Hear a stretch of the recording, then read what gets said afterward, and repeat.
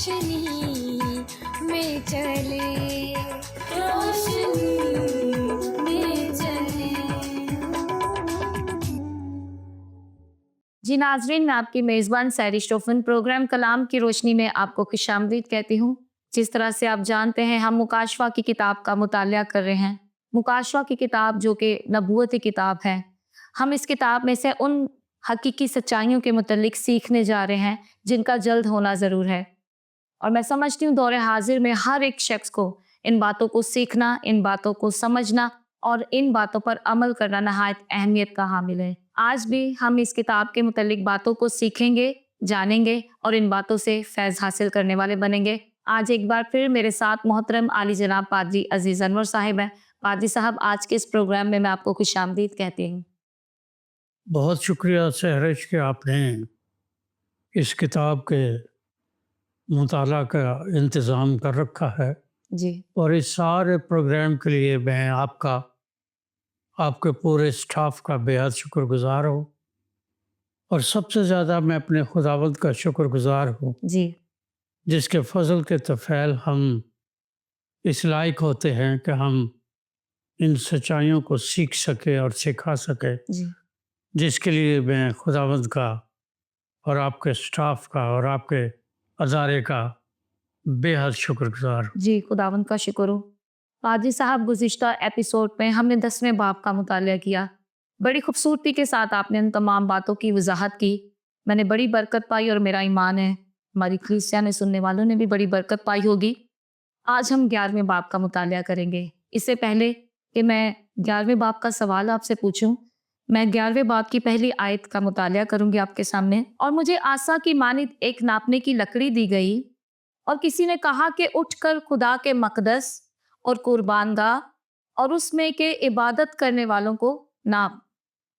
پادری صاحب، سوال آپ سے یہ پوچھنا چاہتی ہوں کہ حضرت یوحنا کے زمانے میں تو ہیکل تباہ ہو چکی تھی، تو پھر حضرت یوحنا سے کیوں یہ کہا گیا کہ وہ ہیکل کی اور اس کے عبادت کرنے والوں کو ناپے؟ اور کچھ مفکرین کی رائے میں ایسا ہی حکم ہمیں حضرت حزقیل اس کے 40ویں باب اس کی 17ویں تا 19ویں آیت میں پہلے ہی دیا جا چکا تھا۔ پھر دوبارہ حضرت یوحنا کو کیوں یہ پیغام دیا گیا؟ آپ اس کے متعلق بتائیں۔ اس باب کا آغاز اس آیت کا مطالعہ کرنے کے ساتھ کیا ہے، جی، اور پھر اسی آیت کی روشنی میں آپ نے جو سوال کیے ہیں، میں ان کے لیے آپ کا شکر گزار ہوں، اور بڑے صحیح درست سوال جو آپ نے کیے ہیں۔ آپ کو یاد ہوگا کہ ہم نے گزشتہ قسط میں جب 10ویں باب کا اختتام کر رہے تھے جی، تو فرشتے سے مقدس یوحنا رسول نے وہ انجیل لے کر یا کتاب لے کر یا خدا کا کلام لے کر کھا لیا، جی، اور پھر کھانے کے بعد اس نے بتایا کہ اس کے 2 ذائقے ہیں۔ ایک تو اس کا ذائقہ یہ ہے کہ وہ کڑوا بھی ہے اور میٹھا بھی ہے۔ میٹھا بھی۔ جب ہم میٹھے کے بارے غور کر رہے تھے تو میں نے عرض کیا تھا کہ میٹھے خدا کے کلام کی مٹھاس سے مراد یہ ہے کہ خدا کو سرتپا پاکیزگی ہی پاکیزگی ہے، جی، اور یہ بھی لکھا ہے اس کے بارے کہ اس کی مقدس آنکھ بدی کو نہیں دیکھتی۔ بالکل۔ لیکن سب سے بڑی مٹھاس یہ ہے کہ اس ساری قدرت کے باوجود خداوند خدا کسی کی ہلاکت نہیں چاہتا، اور یہ اس کی مٹھاس ہے۔ بالکل۔ اور کڑواہٹ یہ ہے کہ جو پاک کلام کے ان سچائیوں کو قبول نہیں کرتے اور ان کو اپنی زندگی میں کوئی مقام نہیں دیتے، ان کی عدالت اور عدالت کے ساتھ ان کی موت کی کڑواہٹ جو ہے وہ از خود وہ اپنے لیے پیدا کرتے ہیں۔ جی آج ہم نے جب 11ویں باب کا مطالعہ کیا ہے، اگر آپ اس 11ویں باب کا مطالعہ کریں شروع سے، جیسے آپ نے اس کو پڑھا، تو لگتا ہے کہ یہ 10ویں باب کا تسلسل ہے،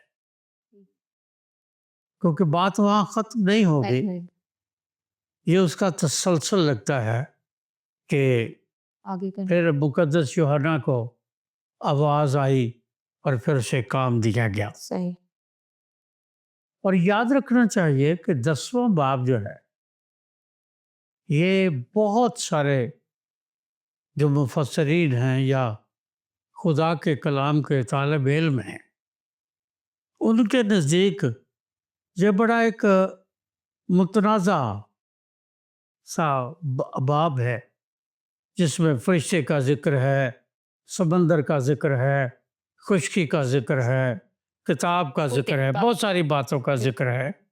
اور ان باتوں کے بارے جب خدا کے کلام کے طالب علم اور مفسرین جب تحقیق کرتے ہیں، جی تو پھر ان کے لیے ان کو یہی لگتا ہے کہ 11واں باب جو ہے، 10ویں باب کی آخری آیت جو ہے، وہ 11ویں باب کا آغاز ہے۔ صحیح اور اسی طرح سے ہے کہ جیسے ایک سین یا ڈرامہ چل رہا ہے اور اس کا بھی ڈراپ سین نہیں ہوا، ٹھیک اور ڈراپ سین ہونے سے پہلے اس میں ایک وقفہ آ گیا ہے، اور وہ وقفہ جو ہے وہ ہمیں اس باب میں جگہ جگہ ملتا ہے۔ صحیح اور سب سے بڑا وقفہ جو ہمیں ملتا ہے وہ 10ویں باب کی پہلی آیت سے اگر آپ شروع کریں جی تو پھر 11ویں باب کی 13ویں آیت تک ہے، صحیح کیونکہ یہ تسلسل جو ہے یہ جاری ہے، جاری ہے اور اس کے مطابق یہاں عدالت ابھی ملتوی کر دی گئی ہے۔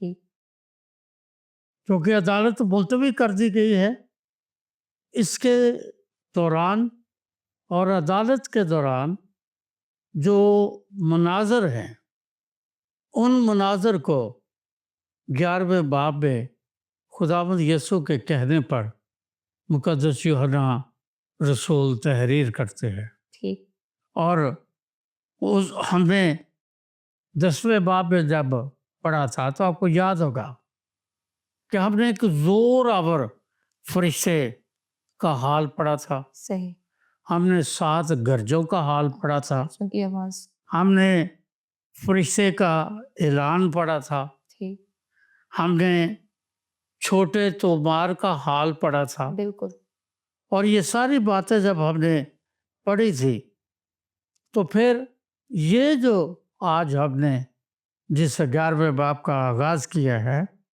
اس میں ہیکل کے بارے شروع میں کہا گیا ہے کہ اس نے مجھے کہا کہ اس مقدس کو اور عبادت کرنے والوں کو ان کو ناپ، ہاں جس کا بھی آپ نے مطالعہ کیا ہے۔ جی پھر اس کے بعد اسی 11ویں باب میں تو 2 گواہوں کا ذکر ہے، بالکل اور وہ جو 2 گواہ ہے ان کے بارے ہم آنے والے وقت میں سیکھیں گے اور پڑھیں گے۔ جی پھر ہم تیسری بات جو اس 11ویں باب میں پڑھتے ہیں وہ یہ ہے کہ یہ 11واں باب ہمیں مسیح یسوع کی جو زمینی بادشاہی ہے، جی ایک تو اس کا اعلان کرتا ہوا بتاتا ہے بالکل کہ اس کی بادشاہی کا اعلان ہے، دوسرا اس بادشاہی کا احوال کیا ہوگا اس کے بارے بتاتا ہے، بالکل تیسری بات اس بادشاہی کے اعلان اور قیام سے پہلے کے جو واقعات ہے وہ کیا ہے اور کیا نہیں ہے، جی اور اس میں خدا کا مقدس جو ہے، یا یوں کہہ لے کہ خدا کی جو قدوسیت ہے، جو پاکیزگی ہے، جی جس کا مقدس کے طور پر بیان کیا جاتا ہے، اس کا حال ہمیں یہاں مطالعہ کرنے کو ملتا ہے۔ اور اس کے لیے وہ اس کو کہتا ہے کہ مجھے ایک عصا دیا گیا اور کہا گیا کہ تو اٹھ کے ہیکل کو ناپ. صحیح. پھر اس کے بعد اس نے کہا عبادت کرنے والوں کو ناپ. اور اس طرح سے وہ پھر اس کو ایک کام دیا گیا. پہلی آیت میں مقدس یوحنا رسول کو حکم دیا گیا ہے کہ اٹھ، اور اسے عصا دیا گیا ہے جی. کہ اس کے ساتھ کیا کر، پہلے مقدس کو یعنی ہیکل کو ناپ، اور پھر مقدس میں عبادت کرنے والوں کو ناپ، اور پھر آگے دوسری جو باتیں ہیں ان کا حکم دیا گیا ہے. سوال جو ہے سب سے پہلے میری نظر میں وہ یہ ہے، اس عصا کو جاننا ضروری ہے. ٹھیک. یہ عصا جو ہے اس سے کیا مراد ہے؟ جی. جب ہم بائبل مقدس کا یا عام زندگی کا مطالعہ کرتے ہیں تو عصا دو طرح کے ہیں. ایک تو وہ عصا ہے جو چرواہے کے ہاتھ میں ہوتا ہے، صحیح. جیسے 23ویں زبور میں خدا کا بندہ داؤد کہتا ہے کہ تیرے عصا سے مجھے تسلی. بالکل. وہ عصا جو ہے وہ انتہائی مضبوط لکڑی کا بنا ہوتا ہے، اور اس کے ساتھ وہ بھیڑوں کو ڈسپلن بھی کرتا ہے، اور اس کے ساتھ وہ درختوں سے ان کی ٹہنیاں پتے توڑ کر ان کے لیے خوراک بھی مہیا کرتا ہے. صحیح. وہ لکڑی کا بنا ہوتا ہے. ٹھیک. لیکن عام زبان میں اسے عصا کہا جاتا ہے، بائبل میں اسے چھڑی بھی کہا جاتا ہے، بائبل میں اسے لاٹھی بھی کہا جاتا ہے، بائبل میں اسے ڈنڈا بھی کہا جاتا ہے. اس لیے وہاں لکھا ہے تیرے عصا اور تیری لاٹھی سے مجھے تسلی ہے. عصا جو ہے جس کا ذکر یہاں کیا گیا جی. یہ لکڑی کا یا کسی مضبوط لکڑی کا بنا ہوا نہیں ہے، ٹھیک. کیونکہ جس قسم کی لکڑی کا مٹیریل اس عصا میں استعمال کیا جائے گا وہ مٹیریل بتائے گا کہ اس عصا کی اہمیت کیا ہے. کیونکہ عصا جو ہے وہ پہلی بات بائبل مقدس کے مطابق بادشاہ کے شاہی اختیار کو ظاہر کرتا ہے. صحیح. جسے بادشاہ بنایا جاتا تھا یا جو بادشاہ بنتا تھا اس کے ہاتھ میں ایک عصا ہوتا تھا. یہ عصا جو ہے یہ شاہی اختیار کو ظاہر کرتا ہے. یہ عصا شخصی اختیار کو بھی ظاہر کرتا ہے. جو فوج کے بڑے بڑے رہنما ہوتے تھے یا جو بزرگ ہوتے تھے ان کے ہاتھ میں بھی عصا ہوتا تھا، جو اس بات کی نشاندہی تھی کہ وہ شخص اپنے شعبے میں یا اپنی عمر میں، گھرانے میں، قبیلے میں ایک شاہی اختیار کے علاوہ عزت کا اختیار رکھتا ہے. بالکل. پھر یہ اس کے وقار کو بھی ظاہر کرتا تھا کہ اس شخص کا وقار کیا ہے.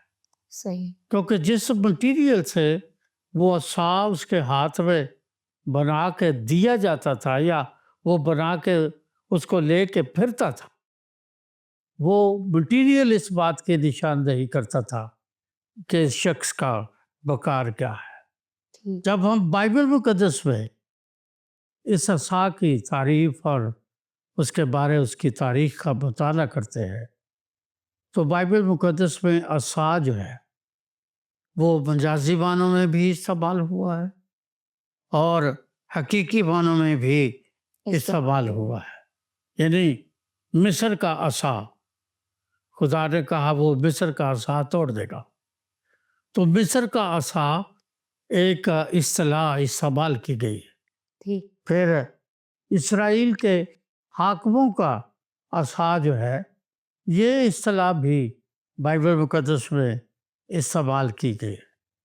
لیکن جو بات میں آج آپ سے عرض کرنا چاہتا ہوں، جی. مقدس یوحنا کو جب یہ کہا گیا کہ اٹھ اور عصا سے اس کو ڈانپ، ناپ یہ عصا لکڑی کا یا سونے چاندی یا کسی خاص مٹیریل کا نہیں بنا. ٹھیک یہ جو عصا ہے یہ سرکنڈے سے بنتا تھا. صحیح سرکنڈا جو ہے جو نہروں اور دریاؤں کے کناروں پر ناپ اگتا ہے، یہ کافی لمبا ہوتا ہے، کافی مضبوط ہوتا ہے، لیکن یہ انتہائی ہلکا ہوتا ہے. اس کا وزن نہیں ہوتا، بہت کم، تھوڑا سا اس کا وزن ہوتا ہے. اور یہ اس سرکنڈے کو عصا کہا جاتا ہے کیونکہ یہ مضبوط ہوتا ہے، سیدھا ہوتا ہے اور ہلکا ہوتا ہے. صحیح اس لیے اس سرکنڈے کو عصا کے طور پر پیمائش کے لیے استعمال کیا جاتا ہے، ٹھیک زمین ناپنے کے لیے استعمال کیا جاتا ہے، اور بہت ساری چیزوں کے ناپنے کے لیے اس کو استعمال کیا جاتا ہے. اور ایک سرکنڈا جو ہے یا ایک عصا جو ہے، کچھ مفسرین کہتے ہیں کہ اس کی لمبائی 9 فٹ ہوتی ہے، کچھ مفسرین کہتے ہیں کہ اس کی لمبائی 10 فٹ ہوتی ہے. صحیح لمبائی 9 فٹ ہو یا 10 یا 10 فٹ ہو، جی لیکن یہ سچ ہے کہ یہ ہلکا ہوتا ہے، یہ سیدھا ہوتا ہے اور مضبوط ہوتا ہے اور ناپ کے کام آتا ہے، جس سے چیزوں کو یا زمین کو ناپا جاتا ہے. آپ کو یاد ہوگا جب ہم متی کے انجیل میں مسیح یسوع کی مصلوبیت کا ذکر پڑھتے ہیں جی تو وہاں لکھا ہے کہ سپاہیوں نے اس کے سر پر تاج پہنایا اور اس کے ہاتھوں میں ایک سرکنڈا بھی دیا، ایک عصا بھی دیا. وہ یہی عصا تھا، صحیح یہی عصا تھا جو سرکنڈے سے بنا ہوا تھا اور اس کے ہاتھ میں دیا گیا تھا. حالانکہ وہ اس بات سے قطعی طور پر ناواقف تھے کیونکہ وہ تو خداوند یسوع کا مذاق یا تمسخر اڑا رہے تھے. ان کے علم میں نہیں تھا کہ وہ اپنی عدالت کا عصا خداوند کے ہاتھ میں دے رہے. جی انہوں نے خداوند کے ہاتھ میں وہ سرکنڈا دیا جو عصا کے طور پر تھا تاکہ اس کا تمسخر اڑایا جائے. ایک اور بات جو مجھے اس پہلی آیت میں جس کا آپ نے مطالعہ کیا ہے وہ سیکھنے کو ملتی ہے، وہ یہ ہے کہ پہلی بار مقدس یوحنا کو کسی کام میں خدمت کرنے کے لیے مدعو کیا گیا ہے. صحیح اس سے پہلے اسے حکم ملا کہ یہ کر، اس نے کیا، یہ کر، اس نے کیا، وہاں چلا جا، اس نے کیا، اوپر آ جا، سارے بات جو ہم آج 10ویں باب کے اینڈ تک پڑھتے آئے. جی پھر یہاں پر اسے اس کام میں شامل کیا گیا ہے، یعنی اسے ایک خدمت دی گئی ہے تاکہ وہ عملی طور پر اس میں حصہ لے.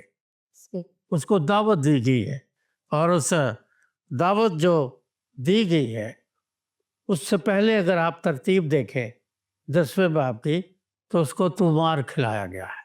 صحیح خدمت میں شامل ہونے سے پہلے اسے تمار کھلایا. جو لوگ خدا کے کلام کا مطالعہ نہیں کرتے، اسے حاصل نہیں کرتے، خداوند سے حاصل نہیں کرتے، خدا کے دیے ہوئے کلام کو اپنی زندگی کا سرمایہ نہیں بناتے، جی ان کو خدمت نہیں دی جاتی. صحیح خدمت انہیں کو دی جاتی ہے جو خدا کے کلام کو لیتے اور قبول کرتے. جو قبول نہیں کرتے جی ان کو خدمت نہیں دی جاتی. آپ کو یاد ہوگا گڈ فرائیڈے آنے والا ہے جی تو تیسرا کلمہ اکثر ہر چرچ میں بتایا جائے گا، اور اگر آپ اس کلمے کے بارے غور کریں تو بھیڑ کا بھی ذکر ہے، ساری باتوں کا ذکر ہے، لیکن ایک بڑا خاص ذکر ہے. اور وہ ذکر کیا ہے کہ مقدسہ مریم تو اس کا بیٹا نیچے کھڑا ہے، سلیب پر ہے جی اور وہ نیچے کھڑی ہے۔ جی مقدس یوحنا رسول واحد رسول ہے جو صلیب کے جو صلیب کے نیچے کھڑا ہے۔ تو میں اکثر اس بات کو اپنے ایمان کی بنیاد جانتا ہوں، اور یہ میرے ایمان کی بنیاد ہے۔ صحیح یوحنا کو ناپنے کی خدمت تب دی گئی جب اس نے تمار کھایا، اور مقدسہ مریم کو اور مقدس یوحنا رسول کو خدمت تب دی گئی جب وہ صلیب کے نیچے کھڑے ہوئے۔ جی جو صلیب کے نیچے کھڑے نہیں ہوتے ان کو خدا اپنے کاموں میں شامل نہیں کرتا۔ خدا انہی کو اپنے کاموں میں شامل کرتا ہے جو اس کا تمار کھاتے ہیں، جی اس کا کلام پڑھتے ہیں، جی کلام حاصل کرتے ہیں اور اس کی صلیب کے نیچے کھڑے ہوتے ہیں۔ کیونکہ جو صلیب کے نیچے نہیں ہے اس کو خدمت کا کیا پتہ ہے؟ کیا؟ اس لیے یوحنا کو اس خدمت کے لیے پہلے کلام دیا گیا، پھر تاکہ وہ نبوت کرے، اور پھر اس نبوت کے ساتھ اسے خدمت دی گئی۔ ٹھیک اسے 3 چیزوں کا کام دیا گیا۔ یہ 3 یا اس کی خدمت کے 3 پہلو ہیں۔ جی پہلا پہلو یہ ہے کہ وہ خدا کے مقدس کو ناپے، اس کی پیمائش کرے۔ صحیح سرکنڈا میں نے آپ کو پہلے بتا دیا ہے جی کہ وہ ناپنے کے لیے استعمال ہونے والا ایک آلہ ہے۔ وہ مقدس کو ناپے، یہ اسے ایک کام دیا گیا ہے۔ دوسرا کام اسے دیا گیا ہے کہ وہ قربان گاہ کو ناپے، یعنی قربان گاہ کی پیمائش کرے۔ فرمائش کریں تیسرا کام جو اسے دیا گیا ہے وہ عبادت کرنے والوں کو ناپے۔ اور میں سمجھتا ہوں یہ بیٹا سب سے بڑا کام ہے۔ کسی کی زندگی میں تنقید کرنا یا تنقیدی باتیں کرنا بہت آسان ہے، صحیح لیکن خدا کے کلام کے مطابق اس کا ناپ تول کرنا یہ بہت مشکل مشکل کام ہے۔ ہے اور یوحنا کو تو جو کام دیا گیا وہ خدا کے مقدس کا ہے، دوسرا خدا کی قربان گاہ کا ہے، جس قربان گاہ پر قربانیاں دی جاتی ہیں، صحیح اور پھر جو عبادت کرنے والے ہیں، جو قربانیاں دینے والے ہیں، ان کی پیمائش کرنی ہے۔ آپ کو یاد ہوگا کہ سامری عورت سے مسیح یسوع نے بڑے واضح طور پر کہا کہ اس نے اپنے بڑے علم سے، بڑے ایمان سے کہا کہ یہ سب کچھ تو ہمارے باپ یعقوب نے ہمیں دیا ہے، تو کیا تو یعقوب سے بڑا ہے؟ ہاں علم تو ہے، اس خاتون کے پاس علم تو ہے، صحیح لیکن علم کے ساتھ کریکٹر یا کردار نہیں ہے۔ تو یسوع نے پھر اس کا کردار اس پر واضح کرنے کے لیے کہا کہ جا تو اپنے شوہر کو بلا لا۔ خدا کے کلام کی تاریخ کی، ہسٹری کی، ان کے باتیں کرنا بہت آسان کام ہے۔